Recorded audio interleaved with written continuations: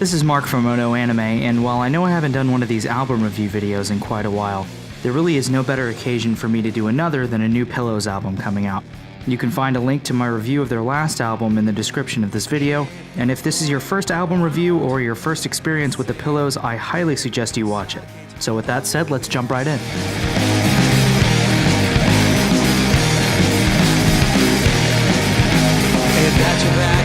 It's well known that the Pillows are one of the hardest working bands in Japanese rock music, putting out albums at an impressively high rate and touring on such a regular basis that it seems near constant.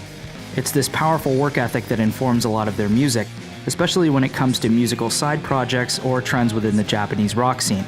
Without reading too much into it, the announcement that they will be again providing the soundtrack to the Fully Cooley sequel series this year, as well as their frontman Sawao Yamanaka starting a new group called Casablanca, are both factors that could very well have contributed to the sound of their newest album, called Nook in the Brain, which is very different than anything we've heard from the Pillows in the past few years.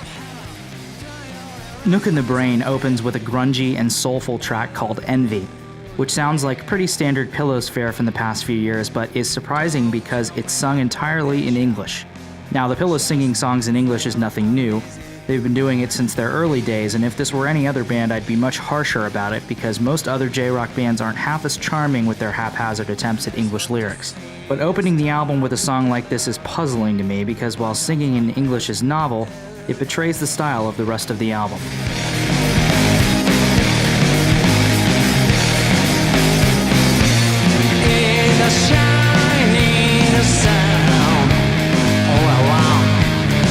The second track, called Osama ni Nare, or Be Your King, is the lead single from the album and should probably have been the opening track because I think it does a much better job of summing up what Nook in the Brain is all about: levity, lightness, and giving the listener something different.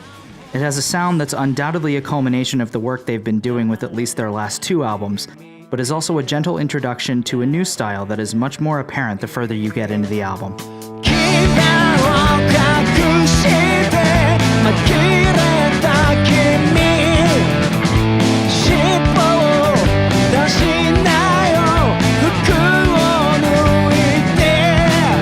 Digging deeper into the album, we have several consecutive tracks that are all quick and silly numbers that remind me heavily of the feel of the 2006 album My Foot, which is very welcome for me since that's one of my favorite albums from the Pillows or really any band. Moving on, the track She Looks Like a Newborn Baby is another very welcome return to an older sound for the Pillows, resembling the slower and more thoughtful style they were prone to in the mid to late 90s. However, it is the following track called Pulse that I think is one of the most interesting tracks on the album. It's as close as you're going to get to a traditional Pillows ballad on Nook in the Brain, but resembles something more of an introspective indie rock song than anything else. All that being said, the last two tracks on the album are my favorites. The first of the two, called Be Wild, is probably one of the best and most meaningful Pillows songs I've heard in years. It's the kind of song that makes you want to get up and do exactly what the song suggests, and is made even more awesome by the fact that it was written specifically for Japanese Olympic wrestler Eri Tosaka, a massive fan of the Pillows who uses Funny Bunny as her warm-up song. She ended up winning gold in Rio last year, and you will most certainly recognize her from this clip.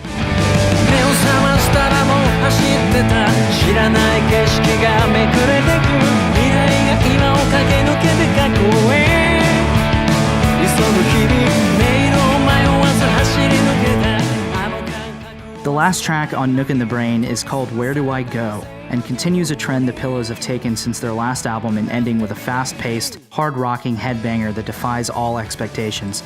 I made the point in my last Pillows review video that these ending tracks remind me a lot of the kind of sound present on the original Fully Cooley soundtrack, and while that is less true with this track, it still doesn't change how I feel about welcoming this return to fast, loud, and quirky. While it might not fit snugly among their Fully Cooley era work, the Pillows have put forth a sound here that can be quite at home in a new series for a newly matured generation.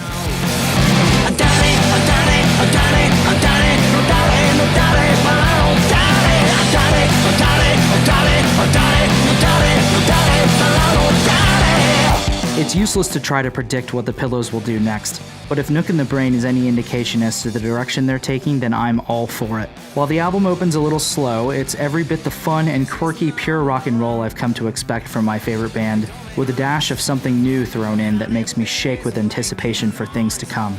Since Toonami announced that the first part of the Fooly Cooly sequel series will premiere later this year, the next thing for the Pillows will undoubtedly be providing the soundtrack for it.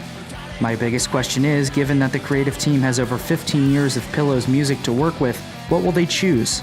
Will it be mostly old, mostly new, or a combination of both? How many original songs will be released? For now, we can only wait and see. And for now, I'd like to thank you for joining me for another rare album review.